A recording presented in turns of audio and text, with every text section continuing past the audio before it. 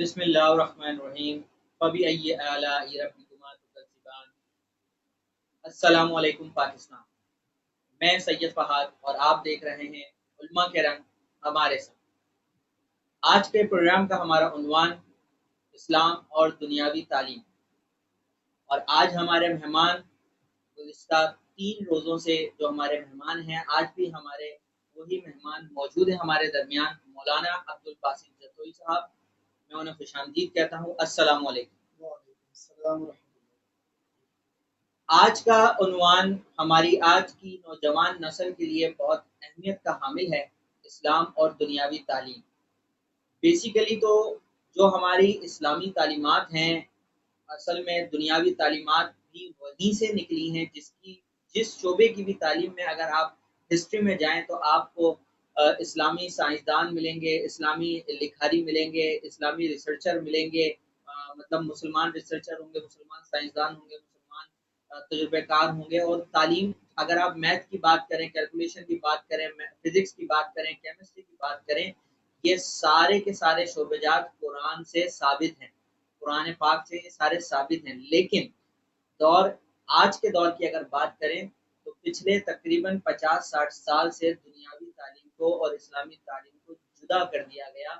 اسلامی جو تہذیب ہے، اس تہذیب میں بچہ جب بڑا ہوتا تھا، کل بھی یہ بات اسی تعلق سے بات کی گئی تھی کہ جب بچہ بڑا ہوتا تھا تو اس کو سب سے پہلے مدرسے کا رخ دکھایا جاتا تھا، مدرسے بھیجا جاتا تھا، جہاں سے اس کی بیسک تعلیم اور تربیت کا آغاز ہوتا تھا۔ لیکن آج ہم اسکولوں میں بھیجتے ہیں، اور بہت سے اسکول اچھا کام کر رہے ہیں، اسلامی روایت کو بھی اپنے ساتھ برقرار رکھا ہوا ہے، لیکن ان کی تعداد ابھی کم ہے۔ تو ہم مولانا صاحب کی طرف پڑھتے ہیں اور ان سے یہی سوال کرتے ہیں کہ اسلامی تعلیم اور دنیاوی تعلیم کیا دو بہت الگ الگ چیزیں ہیں؟ یہ بالکل جدا ہیں؟ اللہ۔ بسم اللہ الرحمن الرحیم، نحمده ونصلی ونسلم علی رسوله الکریم۔ اقرأ بسم ربک الذی خلق، صدق اللہ العظیم۔ اللہم صل علی سیدنا و مولانا محمد وعلی آل و اصحاب سیدنا و مولانا محمد وبارک وسلم۔ فہد بھائی، آپ نے بہت خوبصورت سوال کیا کہ کیا اسلامی تعلیم اور دنیاوی تعلیم دو الگ الگ چیزیں ہیں؟ فی زمانہ حقیقتاً اس سے کوئی انکار نہیں کر سکتا کہ یہ دو علیحدہ چیزیں ہیں۔ 1857 جس کا تذکرہ میں نے کل بھی کیا تھا، اس وقت تک یہ سب ایک چیز تھی۔ انگریز کے منحوس قدم بر صغیر پاک و ہند پر رکھنے سے پہلے، اور اسی طرح ان کے مسلمان ممالک میں دخل اندازی دینے سے پہلے، یہ سب ایک چیز ہوا۔ سب سے پہلا سوال یہ بنتا ہے کہ آخر یہ دو چیزیں کیوں ہیں؟ اگر آپ نے علامہ اقبال کی مشہور نظم پڑھی ہو،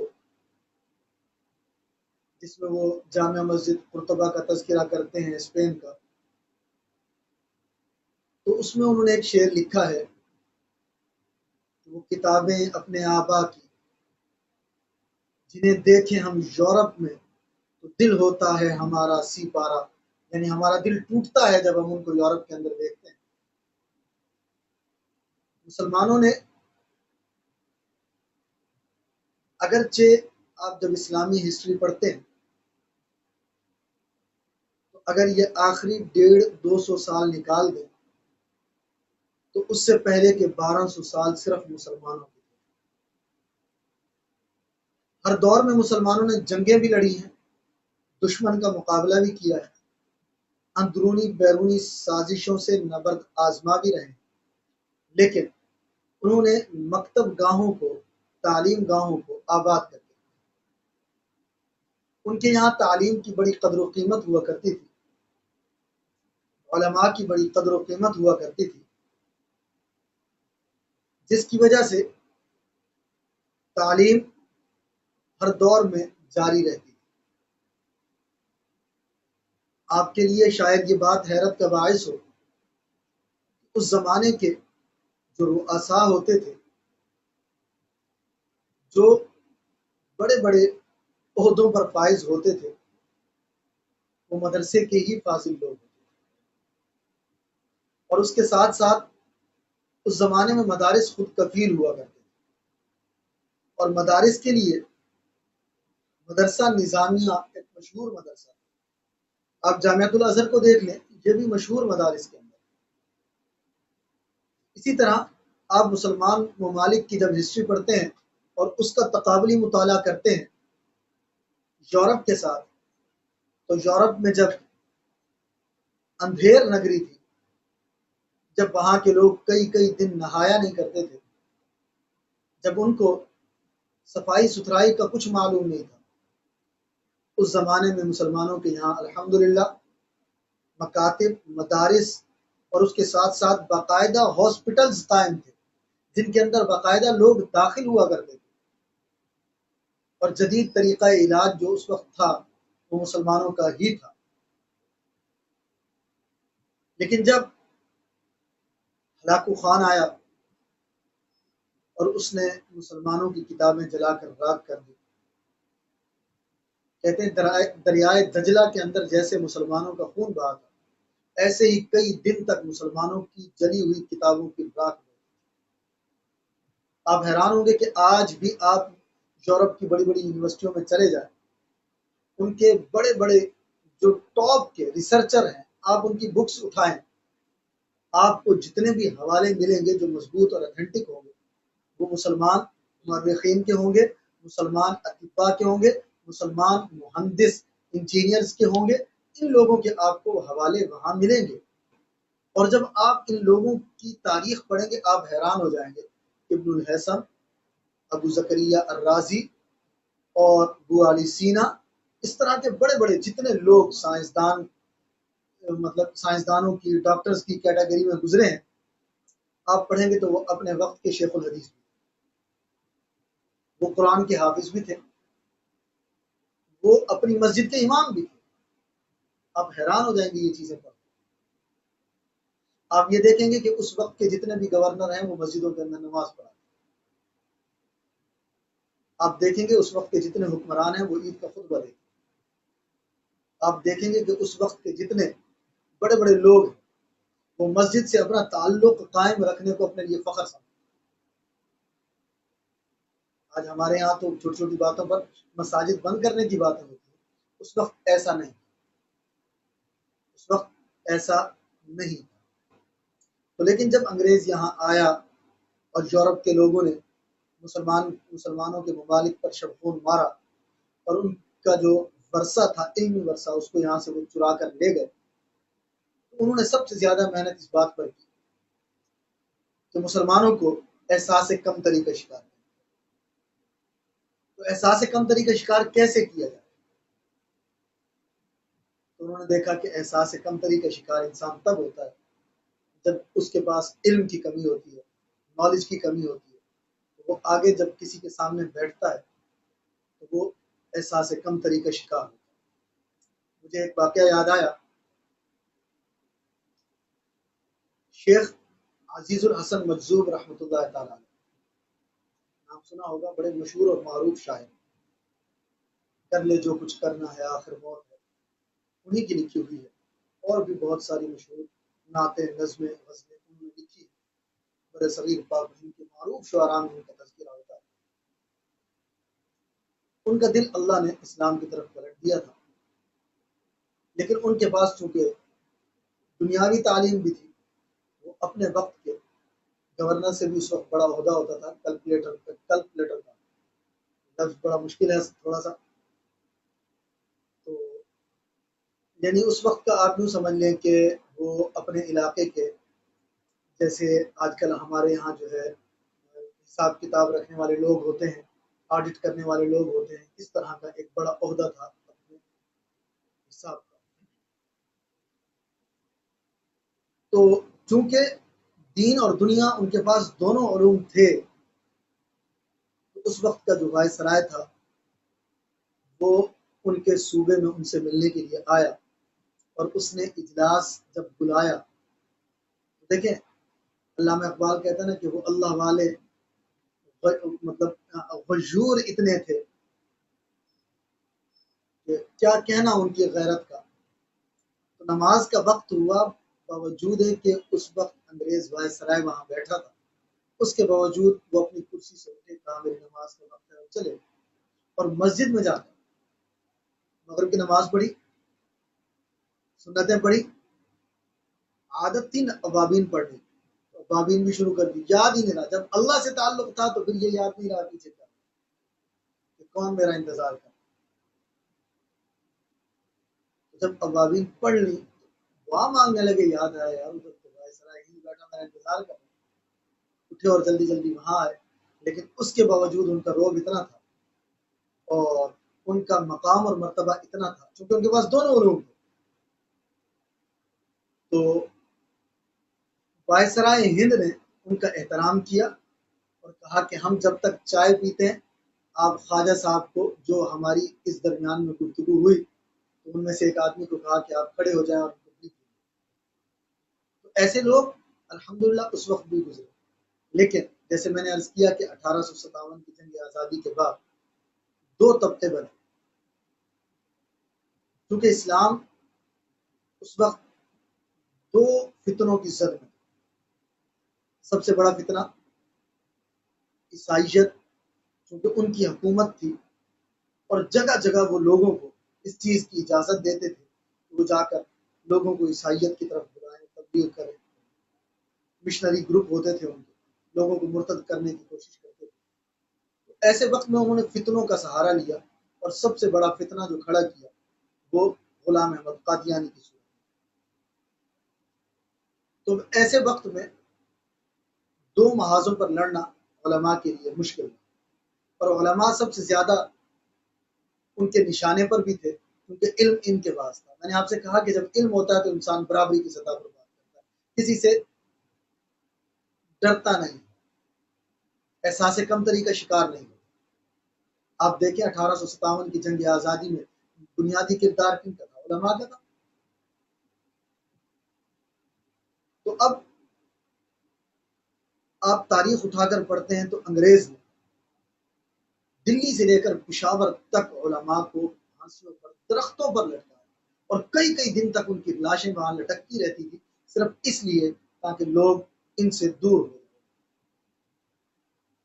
تو ایسے وقت میں دو لوگ آگے بڑھے، ایک مولانا قاسم نانوتوی رحمۃ اللہ تعالی علیہ اور دوسرے سر سید احمد خان صاحب. دیکھیے سر سید احمد خان نے علی گڑھ کی بنیاد رکھ کر جو انگریزی تعلیم تھی اس کے لیے ایک علیحدہ جگہ بنائی، اور مولانا قاسم نانوتوی رحمۃ اللہ علیہ اور بریلی کے اندر سید احمد رضا خان بریلوی صاحب دامت برکات رحمۃ اللہ تعالی علیہ، ان لوگوں نے اپنے یہاں اپنے طریقے سے کوشش شروع کی تاکہ علم دین کو بچائیں. اب جو چیز سمجھنے کی ہے وہ یہ ہے کہ آیا ان میں سے کون کامیاب ہے، یہ چیز سمجھنے کی.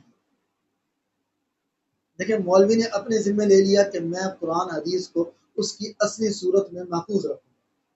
آپ ساری دنیا کے اندر چلے جائیے، ساری دنیا کی چیلنج ہے، پوری دنیا کے اندر کسی ملک میں، چھوٹے سے چھوٹے ملک میں چلے جائیں، وہاں کے مسجد کے امام سے جب آپ کی ملاقات ہو تو آپ حیران ہوں گے کہ وہ ہندوستان پاکستان کے کسی مدرسے کا پڑھا لکھا جو وہاں لوگوں کی رہنمائی کر رہا ہے، کسی قصبے میں دیہات میں چلے. ہم یہ کہہ سکتے ہیں کہ علماء نے جس کام کی ذمہ داری اپنے سر لی تھی اس کو ابھی تک اپنی جان پر کھیل کر پورے طریقے سے وہ سر انجام دے رہے ہیں، باوجود ہے کہ گالیاں سننی پڑتی ہیں، باوجود ہے کہ ان کو، جیسے میں نے آپ کے سامنے کل عرض کیا تھا کہ ان کو ایک خول کے اندر بند کر دیا گیا ہے، ان کے اوپر انگلیاں اٹھائی گئی ہیں، لیکن جو کام ان کے ذمے تھا انہوں نے ابھی تک اس کو چھوڑا نہیں. اور اس کے مقابلے میں ہمارے پاس جو جدید دنیاوی تعلیمی ادارے ہیں، معذرت کے ساتھ کہوں گا کہ سارے حکومتی فنڈ بھی ان کو ملتے، مدرسوں کو کوئی فنڈ نہیں ملتا، سارے فنڈ بھی ان کو ملتے، ساری مراعات بھی ان کے لیے ہوتی، ان کے ٹیچرز کی بڑی بڑی تنخواہیں ہوتی۔ اب میرا سوال بنتا ہے کہ میں ان سے یہ سوال کروں کہ آپ ساری مراعات لے کر، سارے فنڈ لے کر، قوم کا پیسہ، قوم کا بجٹ آپ کے پاس آیا، آپ مجھے بتائیں کہ آپ نے ایسے ڈاکٹر، ایسے انجینئر، ایسے سائنسدان کیوں نہیں بنائے جو ان 70 سالوں میں دنیا کا مقابلہ کر سکے؟ آپ کی یونیورسٹیاں ٹاپ 500 یونیورسٹیوں میں نہیں آتی، کیوں نہیں آتی؟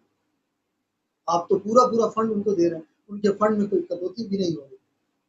آخر کیا وجہ ہے؟ سوال اصل یہ بنتا ہے، آخر کیا وجہ ہے کہ جن کے ذمے یہ کام لگایا گیا تھا وہ اپنے کام کو اس طریقے سے کیوں سر انجام نہیں دے سکے جس طریقے سے ان کو سر انجام دینا چاہیے؟ دیکھیں، مدرسے نے 1857 کے بعد کبھی یہ دعویٰ نہیں کیا کہ میں اپنے مدرسے کے اندر ڈاکٹر، انجینئر یا سائنسدان ہوں، میں ایک سادہ سا مسلمان ہوں۔ اور میں نے آپ کے سامنے اس کی ایک مثال رکھی، اور کل بھی میں نے آپ کے سامنے یہ بات عرض کی تھی۔ آج چونکہ اس موضوع سے تعلق رکھتی ہے یہ بات، تو دوبارہ عرض کر دیتا ہوں کہ الحمدللہ دنیا کی 500 با اثر مسلم شخصیات میں اس سال پہلا نمبر جس کا ہے وہ بھی مدرسے کا، مفتی تقی عثمانی صاحب۔ اور یہ کوئی مطلب ایسی بات نہیں کہ میں خود سے بنا کر کروں، آپ خود سرچ کر لیجئے اس کو گوگل پر جا کر، آپ کو معلوم ہو جائے گا کہ میں کس حد تک صحیح کہہ رہا ہوں۔ با اثر شخصیات مدرسے کا پڑا ہوا، آپ کو اسلامی بینکنگ کس نے دی؟ آپ 50 سالوں میں، آپ بھی سمجھتے، میں بھی سمجھتا ہوں کہ سود اللہ سے جنگ ہے، اور اللہ سے جنگ کر کے کوئی مسلمان ترقی کر سکتا نہیں کر سکتا۔ یا ایھا الذین آمنوا اتقوا اللہ وذروا ما بقی من الربا، چھوڑ دو اس کو، ان کنتم مؤمنین، اگر تم ایمان والو، فإن لم تفعلوا، اگر تم ایسا نہیں کرو گے، فأذنوا بحرب من اللہ، پھر تمہاری اللہ کے ساتھ جنگ ہے، اور یہ اعلان ہے۔ تو آپ 70 سالوں میں اپنے بڑے بڑے اداروں سے ایسے مسلمان پیدا نہیں کر سکے جو اسلامی بینکنگ پر کام کر سکتے، وہ بھی ایک مدرسے کے پڑھے ہوئے آدمی نے اس پر کام کیا، اور ساری مسلم دنیا نے نہیں بلکہ یورپیز کنٹریز نے بھی ان کی ان خدمات کو مانا ہے، اور کہا واقعی انہوں نے جو کام کیا ہے وہ یونیک بھی ہے، اور وہ اپنی جگہ تعریف کا مستحق ہے، اور بھی ان کی بہت ساری خدمات ہیں۔ تو بات سمجھنے سے تعلق رکھتی ہے کہ مدارس کے ذمے جو کام تھا، الحمدللہ مدارس اس کام کو کر رہے ہیں۔ اور دیکھیں، آج آپ نے سوال کیا ہے، تو چونکہ کل آپ نے میرا تعارف کروا دیا تھا، تو آج میں آپ کو ایک عجیب، بہت سارے لوگ دیکھ بھی رہے ہوں گے، سن بھی رہے ہوں گے، تو میں ایک نظام جو میرے ذہن کے اندر ہے، میں سوچتا ہوں کہ کوئی ایسا معاملہ ہونا چاہیے کہ ہمارے مدرسوں سے بھی ایسے لوگ نکلیں، ہمارے اسکول سے ایسے لوگ نکلیں، جیسے آپ نے سوال کیا کہ ڈاکٹر، انجینئر یا سائنسدان ہوں، تو اس کے لیے کوئی روڈ میپ ہونا چاہیے۔ میں نے کچھ اپنے مدارس کو یہ مشورہ دیا ہے، میرے پاس ابھی اتنے وسائل نہیں کہ میں اس پر کام کر سکوں، بہت سے میرے دوست سن رہے ہوں گے، تو میں اسی لیے عرض کر رہا ہوں افاد عامہ کے لیے۔ میرے ذہن کے اندر ایک خاکہ ہے اسلامک اسکولز کا، اسکولز کے اندر سے ایسے لوگ پیدا کرنے کا جو بیک وقت اپنے عقیدے کی حفاظت کرنے والے بھی، اور بیک وقت وہ عالم بھی ہو، سائنسدان بھی، ڈاکٹر بھی، انجینئر بھی، زندگی کے ہر شعبے کے اندر وہ ورک کرنا جانتے ہوں۔ تو وہ خاکہ یہ ہے جو میرے ذہن میں ہے کہ ہمارے اسکولز کے اندر ایک ایسا سسٹم بنایا جائے کہ جہاں پہلی کلاس سے ہمارا تعلیمی جو نظام ہے 70 سالوں کے اندر، میں بہت معذرت کے ساتھ یہ عرض کر رہا ہوں کہ ہمیں ترقی کی راہ پر نہیں لے جا سکتا۔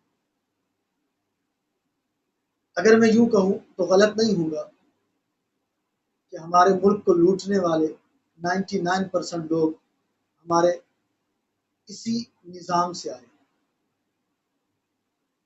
تو میرے ذہن کے اندر جو خاکہ ہے وہ کچھ یوں ہے کہ ایک ایسا اسکول بنایا جائے تجرباتی طور پر جس میں پڑھایا جائے کلاس 1 کے اندر، جہاں ہم انگلش گرامر پڑھاتے ہیں ساتھ میں عربی گرامر بھی پڑھائیے. اور یہ کوئی مشکل کام نہیں ہے. ہمارے پاس 10 سال ہیں. دیکھیں 10 سال ہیں میٹرک تک ہمارے پاس. ہم 10 میں سے آخری 2 سال نکال دیتے ہیں 9th میٹرک کے، چلیں وہ تھوڑا سا مشکل ہوتا ہے. آپ 8 سال لیں. آپ پہلے سال میں عربی کے اعتبار سے صرف پڑھاتے ہیں. آپ کا کلاس 1 کا بچہ ہے، صرف کیا ہوتی ہے؟ وہ صرف ایک رٹنا ہوتا ہے. وہ عمومی طور پر بچہ سمجھ بھی نہیں سکتا. ذرا ذرا ذرا ذرا بتا ذرا کہ اس کو صیغے پتہ چل جائے کہ کوئی لفظ دوسرے لفظ سے کیسے بنتا ہے. یہ چیز اس کو صرف سمجھا دی جائے آسان الفاظ کے اندر. بس اسی پر صرف کی بہت چھوٹی آسان کتابیں آتی ہیں، وہ اس کو سمجھا دی جائیں.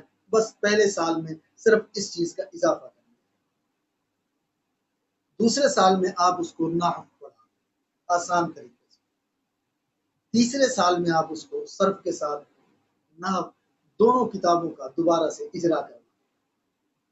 وہی کتابیں دوبارہ پڑھائیں.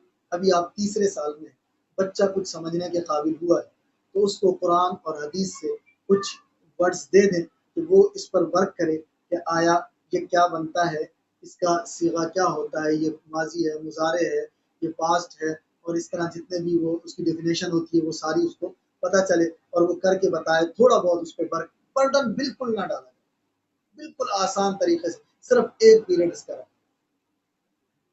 3 سالوں میں آپ نے اس کو، اب یہاں بات یاد آ گئی تو مجھ سے رہتی نہیں ہے جو بات میرے ذہن میں آ جاتی ہے. تو دیکھیں آج ہمارا بچہ میٹرک تک پہنچ جاتا ہے لیکن وہ بیچارہ انگلش نہ پڑھنا جانتا ہے نہ بولنا جانتا ہے. لیکن میں اور آپ اسکول کی فیلڈ سے تعلق رکھتے ہیں، جو ہماری غلطی ہے ہمیں اس کا اعتراف کرنا چاہیے، لگی لپٹی نہیں رکھنی چاہیے. دیکھیں محنت کی ضرورت ہے. تو اگر آپ اس کو صحیح معنوں میں پڑھانا چاہتے ہیں تو پھر آپ نے جب سب کتابیں انگلش میں رکھی ہیں اس کی انگلش میں محنت کرنا. 12 تو میں عرض یہ کر رہا تھا کہ 3 سالوں میں وہ صرف نحو پڑھ چکا، کوئی اتنی مشکل چیز نہیں. چوتھے سال میں آپ اس کو عربی کا ادب پڑھا. چھوٹی چھوٹی کتابیں جیسے قصص النبی عربی میں آتی ہے، آپ وہ پڑھائیں. اس کا ترجمہ کرنا اس کو سکھائیں. عربی کا معلم، طریقہ عصریہ، یہ ایسی کتابیں چھوٹی چھوٹی جن میں چھوٹے چھوٹے ورڈز کے اندر عربی لکھی ہوئی ہے. جو بچہ پڑھنا لکھنا سمجھنا جانتا ہے تو وہ چیزیں وہ پڑھنا شروع کرے. تو مجھے امید ہے چونکہ قرآنی علوم کا ایک نور ہوتا ہے، جب آپ کا مقصد نیک ہوگا تو آپ کو یہ چیز خود بخود حاصل ہوگی. تو آپ چوتھے سال کے اندر ان کو اس قابل بنا دیں کہ وہ عربی کو صحیح معنوں میں سمجھنا جانتے. تو جب بچہ 5 کلاس میں آتا ہے کافی میچور ہو چکا ہے، تو آپ 5 کلاس کے اندر اس کو کچھ ایسی بکس پڑھائیں جن کے اندر مسئلے مسائل، جیسے قدوری ہوتی ہے ہمارے یہاں کتاب ہوتی ہے جس کے اندر فقہ کے مسائل لکھے ہوتے ہیں، اور ساتھ میں ترجمہ قرآن پڑھیں. اب آپ ان کے 2 پیریڈس کریں، فقہ اور ترجمہ قرآن، بس آسان انداز. اور یہی چیز فقہ اور ترجمہ قرآن چھٹی میں بھی پڑھائیں، 7ویں میں بھی، 8ویں میں بھی. ان 4 سالوں میں آپ کا بچہ اگر پورا مولوی نہیں بنے گا تو تقریباً 80% مولوی ضرور بنے گا. اور بہت آسان انداز سے آگے وہ اپنی تعلیم کو اسی طرح یونیورسٹی کالج کے اندر کنٹینیو رکھے تو وہ قرآن اور حدیث کے جو علوم ہیں وہ اس کے سینے کے اندر ہوں گے. انشاءاللہ وہ کہیں خطا نہیں. آپ جو آپ نے جو اسکول کے حوالے سے بات بتائی بڑا اچھا نظام ہے. اور اگر دیکھا جائے اس سے ملتا جلتا کچھ، جیسے میں نے خود وزٹ کیا بیت السلام مدرسے کا، جی جامعۃ الرشید ہے، اور اسی طرح ثاقب رضا مصطفی کا ادارہ ہے، ڈاکٹر طاہر قادری کا ادارہ ہے. یہ دنیاوی تعلیم اور دینی تعلیم کو ساتھ لے کے چلنے کی کوشش کر رہے ہیں، اور ان کے جو وہاں سے عالم پاس آؤٹ ہو رہے ہیں ان کے ساتھ دنیاوی تعلیم بھی کسی نہ کسی طریقے سے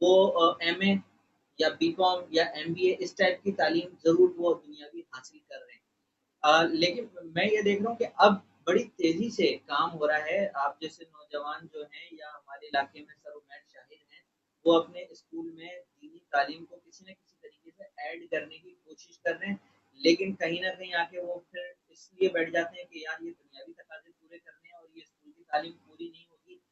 چھوٹے سے ادارہ میرا بھی ہے، میں بھی وہاں پہ کام کرتا ہوں، تو میری بھی یہی سوچ ہے کہ جو کام کی چیزیں انہیں لے کے چلیں، بیسک ایکسٹرا چیزیں ہٹا دیں، ہم وہ 5-6 سال بیسک تعلیم کے اندر ایکسٹرا چیزیں ہٹا کے اس عربی کو ایڈ ایزیلی کر سکتے ہیں اگر روزانہ ایک پیریڈ بھی اگر ہم پڑھائیں تو۔ لیکن میں دوسرا رخ دیکھتا ہوں کیونکہ میں نے 96 97 98 3 سال میں نے بھی لگاتار مدرسے پڑھا، اور مدرسے کی ٹائمنگ ہوتی تھی صبح جناب 7 بجے سے آغاز ہوتا تھا اور مغرب کی نماز پڑھ کے چھٹی ہوتی تھی۔ تو ایک تو ذہن یہ بن گیا کہ یار اسکول آدھے دن کا ہوتا ہے اور مدرسہ پورے دن کا ہوتا ہے۔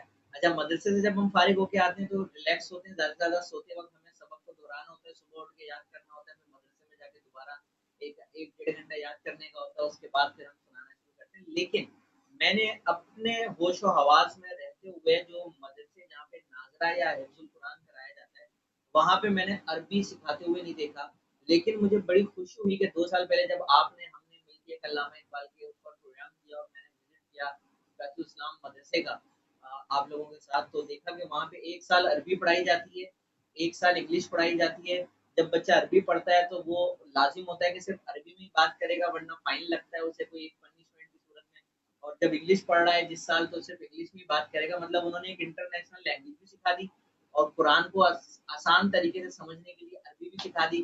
آپ کی اردو زبان تو ہے ہی ہے وہاں پہ، تو اب وہ جب قرآن پاک پڑھے گا یاد کرے گا تو اس کو تو بڑی آسانی سے میرے خیال میں یاد ہوگا، ذہن میں رہے گا۔ ہم تو اگر نارملی یاد کرتے ہیں تو ہم یاد تو نہیں کرتے، ہم تو رٹا لگاتے ہیں، اس کا مطلب ہمیں تو نہیں پتا ہوتا پیچھے کیا بول رہے ہیں، کیا بات ہو رہی ہے، اس میں کیا چیز ہو رہی ہے۔ تو مدرسوں کے اندر بھی میں سمجھتا ہوں کہ جو بیسک مدرسے ہیں، یہ میں ان مدرسوں کی بات نہیں کر رہا جہاں پہ حفظ قرآن کے بعد کورس کرائے جاتے ہیں، ان کی بات نہیں کر رہا۔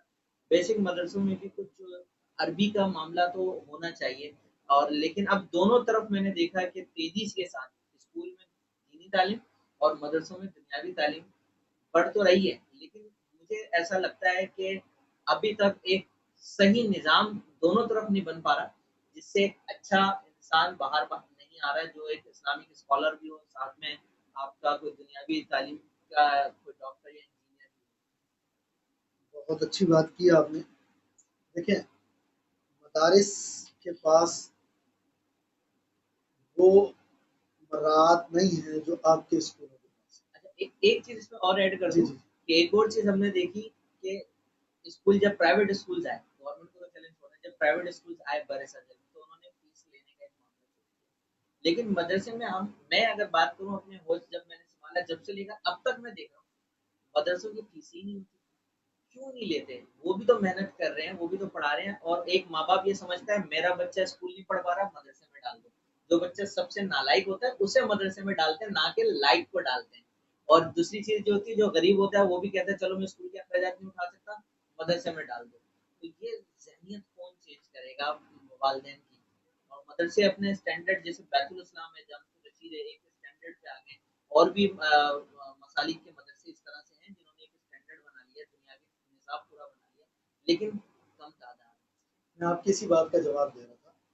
وجہ یہ ہے کہ دیکھیں بیت السلام ہے، جامع رشید ہے، جامع دارالعلوم کراچی ہے یا اور بڑے مدارس ہیں، ان کے پاس تو پھر بھی کچھ نہ کچھ ایسے ڈونرز ہیں جو ان کو سپورٹ کرتے ہیں جس کی وجہ سے یہ سب کچھ افورڈ کر سکتے ہیں۔ لیکن گلی محلے کا مدرسہ جس کا محترم بیچارہ سارا دن کاپی رسید اٹھا کر چندہ مانگتا ہے، ٹھیک ہے، جس کا بجٹ مہینے کا، میں آپ کو عجیب بات بتاؤں، ابھی کچھ دن پہلے مجھے ایک مدرسے کا، ہمارے علاقے کا بڑا مدرسہ ہے، ان کو فون آیا تو انہوں نے مجھے بتایا کہ ہمارے مدرسے کا صرف ماہانہ خرچہ 15 لاکھ روپے،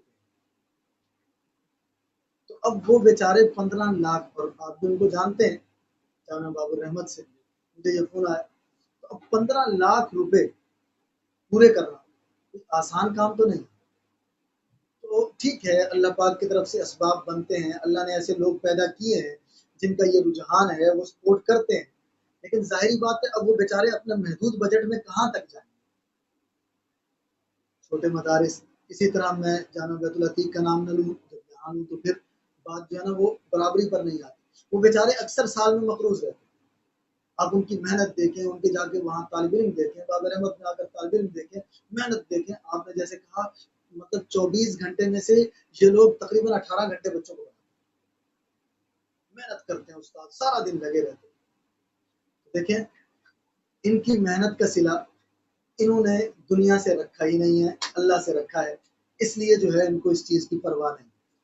الحمدللہ مدارس نے تو اپنے اندر چینجنگ لائی ہے. دیکھیں پہلے تو صرف غریب بچہ ہی مدرسے میں داخل ہوتا تھا، اور آج بھی مڈل کلاس اور جو غریب، ہاں جو لوئر کلاس ہے، وہاں تو آپ یہی جا کر دیکھیں کہ وہ بچے کو پڑھا نہیں سکتے تو مدرسے میں داخل کر دیتے ہیں. اور مدرسے میں داخل کرنے کی ایک وجہ یہ بھی ہوتی ہے باہر ہمارا گھوم رہا، چلو مولویوں کے کھاتے لگ جائے گا، ٹھیک ہے کچھ بن جائے گا، بزی ہو جائے گا. تو یہ بھی مسائل ہیں، یعنی وہ اور انہی میں سے وہ لوگ ہیرے تراش کر ہمارے سامنے پیش کر دیتے ہیں. یہ بہت بڑی بات ہے. لیکن جو چیز سمجھنے کی وہ یہ ہے مدارس تو اپنے نصاب کو میٹرک تک لے آئے. آیا ہمارے اسکول بھی کیا اس حد تک پہنچے؟ نہیں پہنچے نا. تو اب ہمارے اصل فرق یہ نہیں ہے، اب ہم سارا زور مدارس کے اوپر تو دیں اور اسکول کی طرف نہ جائیں. صرف ناظرت یا قرآن مجید کا ترجمہ لازم کر دینے سے بچہ کیا ترجمہ پڑھ لے گا؟ وہی آپ والی بات کے رٹا تو لگا لے گا وہ امتحان دینے کے لیے، پاس ہونے کے لیے، نمبر لینے کے لیے، لیکن اس کو سمجھے گا نہیں. یہ جو میں نے آپ کو طریقہ بتایا بیسک سے لے کر مطلب 8 کلاس تک، اس کے اندر بچہ کچھ خود سمجھے گا. آپ آسان مضامین اس کو پڑھائیے، وہ آپ کے معاشرے کا ایک قابل قدر فخر بنے گا. پھر وہ ڈیجیٹل فتنوں کا شکار ہے. سب سے بڑی بات یہ، تو اس پر ہمیں محنت کی ضرورت ہے، برک کی ضرورت ہے. اب آپ دیکھیں جامعہ ازہر ہے یا کیا کہ مدینہ یونیورسٹی ہے یا ام القریٰ یونیورسٹی مکہ مکرمہ ہے، تو وہاں قرآن اور حدیث کے علوم بھی ہیں اور وہ ساتھ ساتھ ڈاکٹر بھی بناتے ہیں. ایسا نہیں ہے کہ نہیں ہے، اس کی مثالیں موجود ہیں. لیکن وہاں چونکہ حکومتی اثر و رسوخ زیادہ ہوتا ہے تو وہاں پڑھنے والا یہی سمجھتا ہے کہ میں دنیا کی خدمت کروں گا، دین کی خدمت کی طرف وہ کم سے کم ہے. تو لیکن جب ہم اس نظام سے لے کر چلیں گے، بس ہمارا مائنڈ سیٹ جو ہے نا وہ ہونا چاہیے کہ ہمارا ملک لا الہ الا اللہ کی بنیاد پر بنا ہے اور ہم نے اس کو اسی بنیاد پر قائم رکھنا ہے.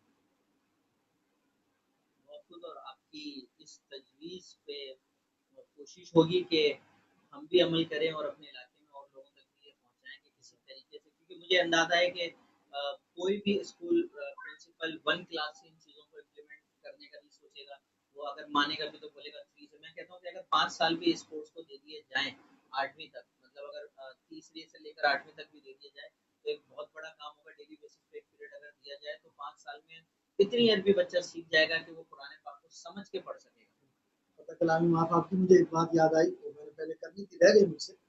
بات یہ ہے کہ آپ یہ دیکھیں کہ بچہ 5 کلاس سے چھوڑ کر حفظ کے لیے جاتا ہے اور جب وہ واپس اسکول میں آتا ہے وہ 8 کے قابل ہوتا ہے. حفظ کرنے کے باوجود، اسکول سے تعلق ختم ہونے کے باوجود اس کے اندر اتنی ذہنی صلاحیت پیدا ہو جاتی ہے، ٹھیک ہے، اس کا جو مطلب کیپیسٹی ہوتی ہے کسی چیز کو کیچ کرنے کی وہ بڑھ جاتی ہے، سمجھنے کی کیپیسٹی اس کی بڑھ جاتی ہے.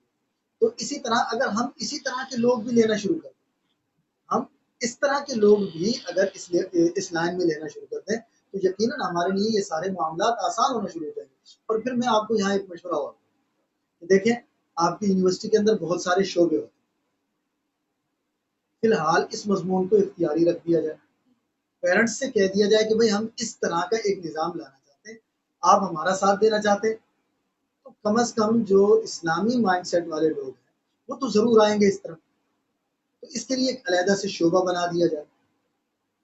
جب ہمارا پہلا بیچ اس شعبے کا تیار ہوگا، اس کو لا کر جب ہم کسی کے سامنے کھڑے کریں گے تو مجھے اللہ کی ذات سے پوری امید ہے کہ دنیا اس کو اپریشیٹ بھی کرے گی اور ایکسیپٹ بھی کرے گی اور مانے گی کہ واقعی آپ کا جو ورک ہے وہ اس قابل ہے کہ اس کو سلام پیش کرے.